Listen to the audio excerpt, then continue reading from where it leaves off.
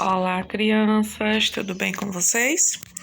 Nós vamos dar aqui início à correção da recapitulação de vocês, da avaliação do mês de março, tá bom? Se vocês observarem, a primeira coisa que vocês devem preencher é o cabeçalho com o nome de vocês, o número da chamada, data e identificando a turma A ou turma B, certo? Em todas as recapitulações de vocês, eu sempre vou estar colocando bem em cima os conteúdos, aquilo que nós temos no nosso roteiro. O roteiro de vocês agora do mês de março, ele é composto por leitura e interpretação, que são as leituras relacionadas a conto popular, que no caso de vocês são as fábulas.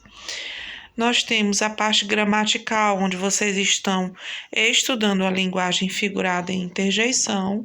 Nós temos a parte ortográfica, que se refere à separação silábica e os encontros vocálicos. E nós temos a produção textual, que é a descrição de personagens, textos descritivos. Nós vamos iniciar aqui a nossa recapitulação na primeira questão, onde diz: leia o texto e responda as perguntas a seguir. Nós temos aqui o texto, o leão e o ratinho. Um leão, cansado de tanto caçar, dormia espichado à sombra de uma árvore. Vieram uns ratinhos passear em cima dele e ele acordou. Todos conseguiram fugir, menos um, que o leão prendeu embaixo da pata. Tanto o ratinho pediu e implorou que o leão desistiu de esmagá-lo e deixou que fosse embora. Algum tempo depois, o leão ficou preso na rede de uns caçadores. Não conseguia se soltar e fazia a floresta inteira tremer com seus urros de raiva. Nisso, apareceu o ratinho, com seus dentes afiados, roeu as cordas e soltou o leão. Uma boa ação ganha outra. Como nós já começamos a fazer atividade em sala de aula, nós percebemos aí na questão 1.1, onde nós temos que marcar aqui as alternativas corretas. Este texto, ele é uma lenda, uma receita ou uma fábula? Uma fábula. E aí, para a gente falar de fábula, nós vamos ver o que tem bem aqui embaixo nesse quadro informativo. Fábula é uma composição literária em que os personagens são animais que apresentam características humanas, tais como a fala, os costumes. Estas histórias são geralmente feitas para crianças e terminam com um ensinamento moral de caráter instrutivo, tá? Então, as fábulas, o que vocês vão encontrar? Vocês vão encontrar seres irracionais, que são animais, tá? E também aqueles seres inanimados, que são, no caso, uma mesa, uma cadeira, que muitas vezes eles ganham vida nessas histórias, eles falam, tá certo? Por isso é que é um texto conhecido como fábula. Continuando na questão 1.2, nós temos: esse tipo de texto serve para quê? Serve para ensinar a fazer um brinquedo? Vocês viram aqui ensinando a fazer um brinquedo? Não, né? Vocês viram aqui ensinando o que é certo ou errado? Ou vocês viram que ensinaram a preparar alimentos? Nesse caso, vocês observaram aqui que o que aconteceu aqui é que eles ensinaram, o texto ensinou o que é certo ou errado. E aí eu queria saber de vocês aqui, tia, qual é a moral dessa fábula? Qual é o ensinamento dessa fábula? Olha só, bem aqui no texto de vocês têm: uma boa ação ganha outra. O que aconteceu primeiro? O leão, ele se compadeceu do ratinho. Ele ajudou o ratinho. E aí, em outro momento, o ratinho foi ajudado pelo leão, certo? Esse é o ensinamento. Continuando, nós temos aqui a segunda questão, para que a gente possa trabalhar interjeições. Só que antes da gente responder essa questão, nós vamos ver aqui a nossa caixinha informativa. Outro detalhe, toda vez que nós tivermos uma recapitulação, eu sempre vou estar trazendo para vocês essas caixinhas informativas, falando sobre o conteúdo que vocês estão estudando. Nesse caso, vocês estão estudando interjeição, que é a palavra utilizada para exprimir emoção, para demonstrar emoção. O significado da interjeição depende da situação ou do contexto. No livro de vocês, tem lá uma relação de interjeições para serem estudadas. Por isso que no roteiro eu coloco que vocês têm que estudar tanto pela recapitulação, como pelas atividades do livro, as explicações do livro, as atividades no caderno, tá bom? Não adianta estudar só pela recapitulação, porque a prova ela não é idêntica à recapitulação, tudo bem? Voltando, nós temos aqui a segunda questão, para circular as interjeições e pintar o nome do sentimento que exprimem. Veja o exemplo, aí nós tivemos, uau, você acertou todas as questões da atividade. E aí, esse uau já está circulado, mostrando pra gente que o uau aí é a interjeição, e logo em seguida tem as alternativas. Esse uau, ele significa dor, alegria ou medo? Essa questão já estava respondida. Esse uau aí, ele significa alegria. E aí, logo em seguida, eu tenho aqui, ui, sai daqui, sapo. Isso aí significa o quê? Medo, aplauso ou silêncio? Significa medo, né? Você não está aplaudindo, valorizando a presença do sapo, nem pedindo silêncio ao sapo, tá bom? E aí, a próxima nós temos tomara que tudo isso passe logo. Esse tomara, nós podemos utilizar ele de duas maneiras, tá, pessoal? Nós podemos dizer que ele é um apelo e nós podemos dizer que ele é um desejo. Uma saudação, não, saudação não. Nessa alternativa aqui, você vai pintar apelo e desejo. Por quê? Porque esse tomara, ele tem o sentido de desejar alguma coisa, apelar a alguma coisa. Tomara que essa dor de cabeça passe. Tomara que esse vírus vá embora logo, tá bom? Continuando, nós vamos para a terceira questão, mostrando outras interjeições. Aqui ela é um pouquinho mais complexa, não é mais difícil, ela só é um pouquinho mais complexa, porque vai exigir atenção, porque uma interjeição, ela pode ter um ou dois significados, tudo bem? De acordo com o que você aprendeu sobre interjeições, faça a correspondência entre as mesmas e seus significados. Veja o exemplo. Nós temos psiu, que significa silêncio, que é esse exemplo que está pintadinho, tá? E aí, eu não posso dizer que psiu significa animação. Eu não posso dizer que psiu significa alívio, tá bom? Então, aqui é muito óbvio. Nós temos aí a primeira interjeição, que é oba, significando alegria. Nós temos a segunda interjeição, avante, que vai significar animação. Avante, animação. Nós temos socorro, e socorro vai significar apelo e também vai significar medo, porque você pode estar fazendo um pedido de socorro. Socorro, socorro, me ajudem. É um apelo, como também você pode estar demonstrando medo, certo?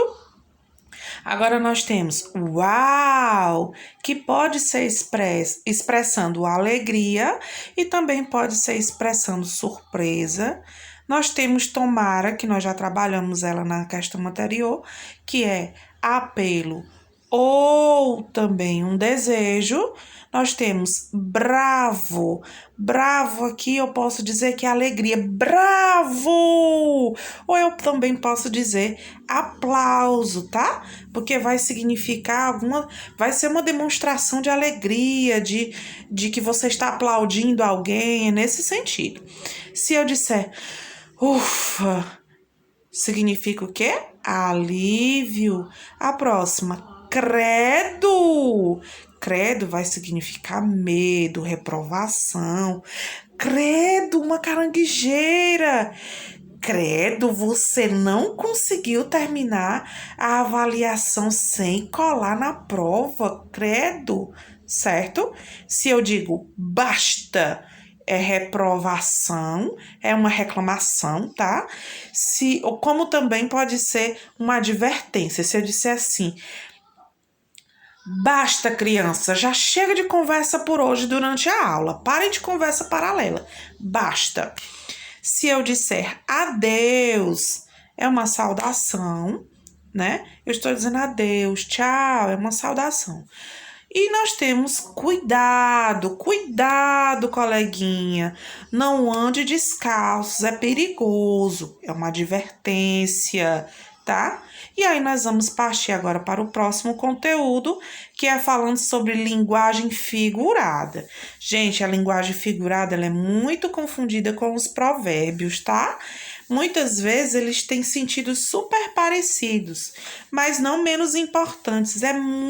Não menos importante.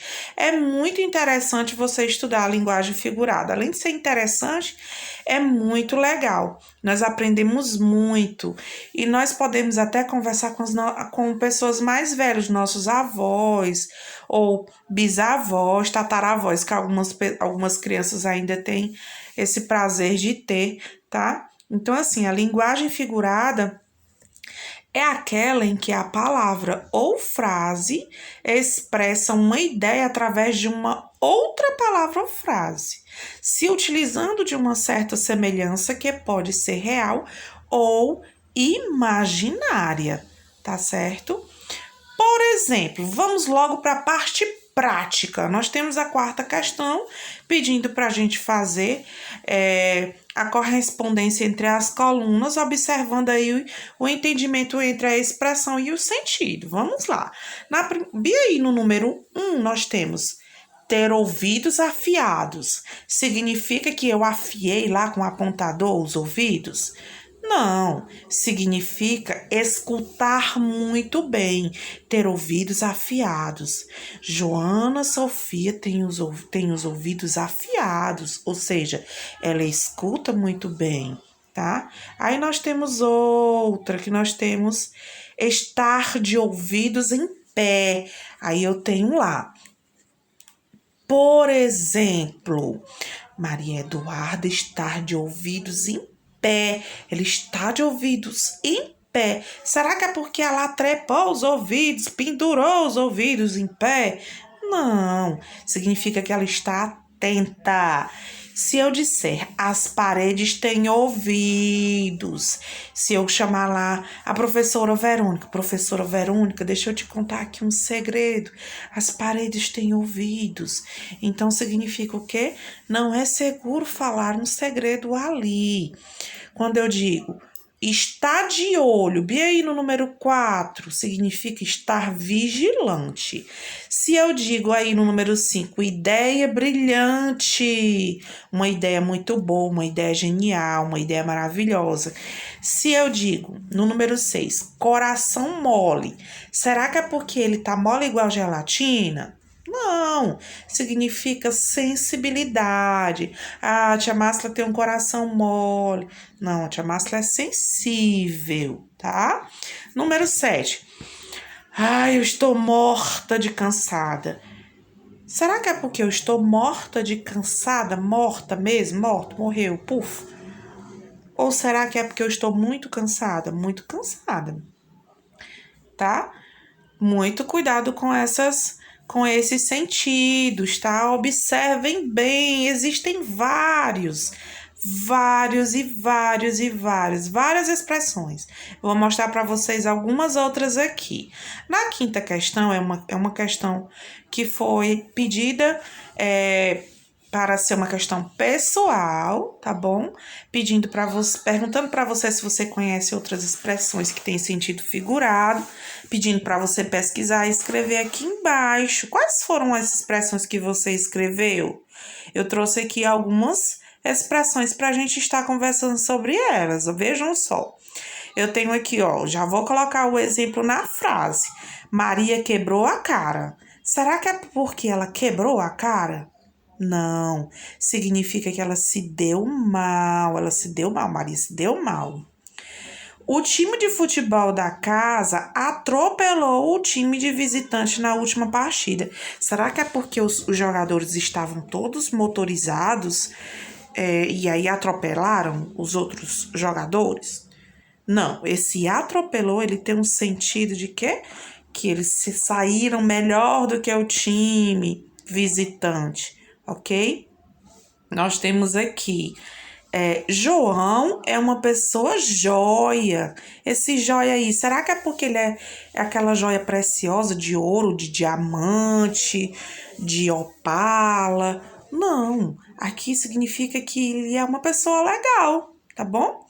Isabela tem um coração de ouro. Será que é porque o coração dela é de ouro? Aquele metalzinho lá, aquele ouro que é super caro? Não, significa que ela é uma boa pessoa. Se eu disser Miguel foi um cavalo com a atendente, que não é o caso do nosso Miguel, que o nosso Miguel da nossa sala é um amor. Aqui, se eu tô dizendo que Miguel foi um cavalo com a atendente, significa o quê? Que ele foi muito grosso com a atendente. Mara é uma menina sem sal. Sem sal? E aí a gente joga sal nas pessoas? Não. Quando eu digo que a menina é sem sal, é porque ela é uma menina sem graça. Ok. Viram aí outras bem interessantes? Olha só como é legal. Essas outras aí, elas são interessantíssimas. Na sexta questão já vai mudando um pouquinho. Nós vamos falar aí sobre encontro vocálico. E para a gente estar falando sobre encontro vocálico, eu vou passar um pouquinho adiante lá para a nossa caixa informativa, onde nós temos: os encontros vocálicos são agrupamentos formados por vogais em uma mesma sílaba ou em sílabas diferentes. Existem 3 tipos de encontros vocálicos. Vamos ver aqui. Nós temos o hiato, como está colocando aí o exemplo oceano. Quando eu separei a palavra oceano, eu ensinei até vocês a brincarem batendo palmas. Nó. Quando eu separei a palavrinha oceano, observe que a letra E, a vogal E, ela se separou da vogal A. Quando há essa separação entre as vogais, eu digo que essa palavra ela é hiato, tá? O encontro vocálico dela é um hiato. Aí nós temos o exemplo do ditongo, que no caso da separação silábica, bem aí do exemplo madeira, Ra. Você observou que o ei ficou junto. Esse ei, se 2 vogaizinhas ficaram juntas, significa que ela é um ditongo. Lembra do tá? Aquela dica que eu dei na sala.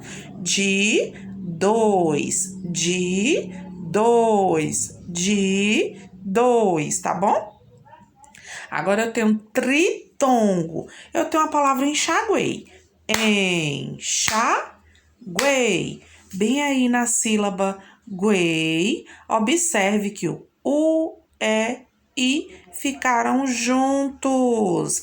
E quando 3 vogais ficam juntas, eu digo que formou um encontro vocálico chamado tritongo. E a dica é a mesma do ditongo. Três. Tá certo? Voltando para a questão 6. Separe as sílabas das palavras a seguir e classifique-as quanto ao encontro vocálico. Não esqueça de destacá-los. Veja o exemplo. Eu tenho aí beijo na separação silábica.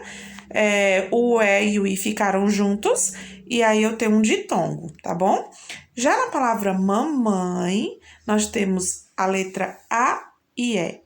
que ficam juntas, a, e aí formando também um ditongo. Na palavra saída, aí já fica diferente. Saída. A letra A e a letra I, elas ficam separadas, portanto, formando um hiato.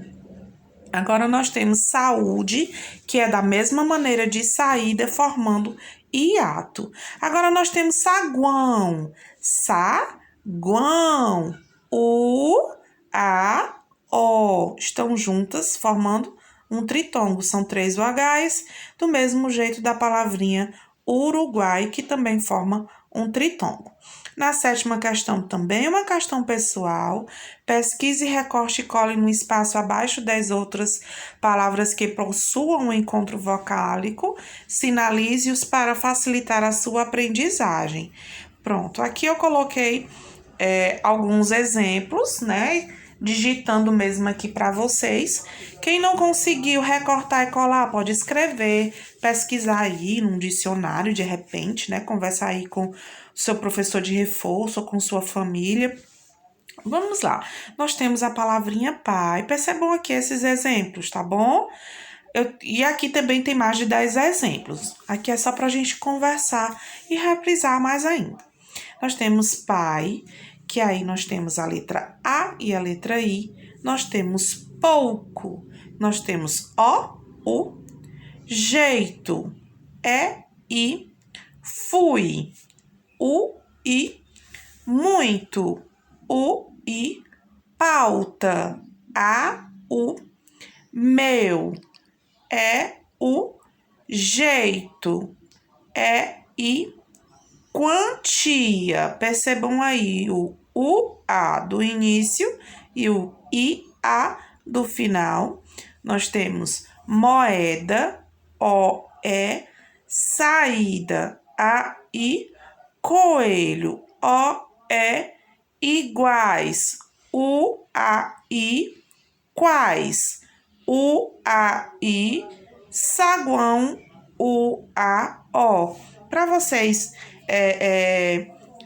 praticarem mais ainda, você pode colocar lá no seu caderno para você separar essas palavrinhas que eu estou aqui dando a dica para vocês, tá? Não é obrigatório, é só uma dica de estudos. Continuando, nós vamos para a questão 8, que é a produção textual de vocês. Sempre que você expõe com detalhes um objeto, uma pessoa ou uma paisagem, alguém está fazendo uso da descrição. Ou seja, se você está escrevendo um texto, colocando essas características, você está o quê? Escrevendo um texto descritivo. Observe a imagem e com criatividade escreva um texto descrevendo-a. Limite de linhas, no mínimo 8 linhas, no máximo 10 linhas. Olha aí, o que é que tem nessa imagem, gente? O que é que tem nessa imagem? Será que é uma casa? Não, você já vai fazendo a observação da imagem em si, né? Nós temos aí um rio, tem aí um cano, desse cano tá saindo aí um líquido escuro. Nós temos aí peixes sentadinhos à margem. Claro que a gente sabe que os peixes não vão sentar à margem, tá? Nós temos aí uns peixinhos sentados à margem, olhando para isso que está saindo do cano. E aí, a expressão facial desses peixes, prestem atenção. Olha a expressão facial deles. Será que significa alguma coisa? Será que eles estão alegres ou tristes? Estão tristes. E aí é onde você vai observando os detalhes e vai descrevendo. Aqui no seu texto, logo embaixo, tem esse primeiro espaço de cima, que é o lugar de você colocar o título, tá bom? E aqui, se você observar do seu lado esquerdo, nós temos aqui o número 1 até o número 10, para você estar colocando, escrevendo o seu texto. Gente, só um detalhe, eu sei que vocês já estudaram o que é parágrafo, tá? Que é aquele espaço bem no início da linha, que a gente deixa um dedinho de espaço, 2 centímetros de espaço bem na lateral esquerda, tá bom? Cada vez que você vai iniciar um texto, mudar de assunto nesse texto, tá? E aí eu finalizo a nossa recapitulação, desejando a vocês bons estudos, beijinhos da tia Márcia, e a gente se encontra na nossa avaliação, tá certo? Um beijo para vocês, qualquer dúvida podem me procurar. Tchau, tchau!